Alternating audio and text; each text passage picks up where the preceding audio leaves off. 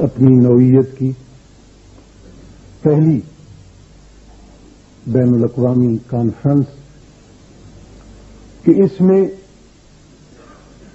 کچھ ادھر کا بھی اشارہ شامل ہے کہ جگر نے کہا میری طلب بھی کسی کے کرم کا صدقہ ہے، میری طلب بھی کسی کے کرم کا صدقہ ہے، قدم یہ اٹھتے نہیں ہیں اٹھائے جائیں۔ علی کو حق نے اتارا تو عین کعبے میں، اور کھلی جو آنکھ تو پہلے خدا کا گھر دیکھا۔ میرے نزدیک جو خدا کا گھر تھا وہی علی کا گھر بنا، وہ بیت اللہ بھی ہے، بیت علی بھی ہے۔ قیامت تک اربوں افراد جب اللہ کے گھر کا طواف کریں گے تو گویا علی کی جائے پیدائش کا بھی طواف کریں گے۔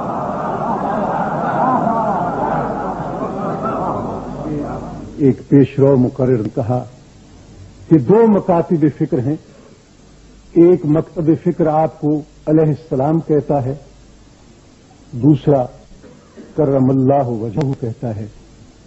میں کہتا ہوں کہ وہ ایک تیسرے مکتب فکر کا تذکرہ کرنا بھول گئے۔ تیسرا مکتب فکر وہ ہے، اور جس میں میں بھی شامل ہوں، کہ جو انہیں علیہ السلام بھی کہتا ہے اور کرم اللہ وجہہ بھی کہتا ہے۔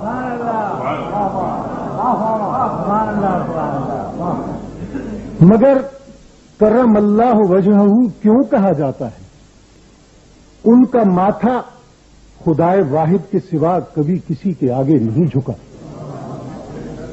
ان کی سانس ایک ایک سانس کبھی شرک سے آلودہ نہیں ہوئی۔ تاریخ اٹھاؤ، اس میں بھی تمہیں بحثیں ملیں گی کہ سب سے پہلے اسلام کون لایا۔ میرے ایک دوست نے اس کی طرف اشارہ بھی کیا۔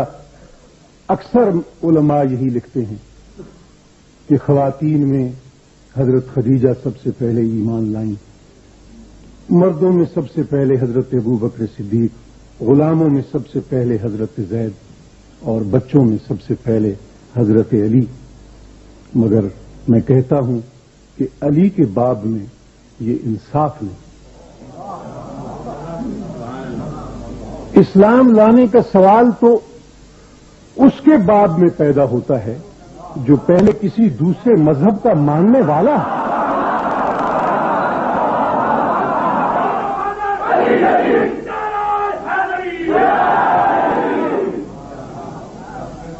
جو پہلے دن ہی سے مسلمان ہو، جس نے کعبے میں جنم لیا ہو، آغوش رسالت میں پرورش پائی ہو، اس کے اسلام لانے کا سوال ہی کہاں پیدا ہوتا ہے؟ تو بات یہ ہے، اور میں اگر تاریخ لکھنا چاہوں تو علی کے اسلام کے باب میں یوں لکھوں گا کہ علی مرتضیٰ پہلے مسلمان نہ تھے، پہلے ہی مسلمان تھے۔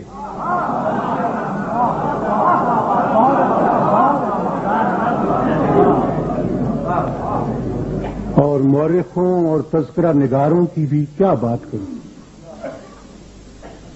صرف اسی ضمن ہی میں تو انہوں نے جناب امیر سے زیادتی نہیں کی۔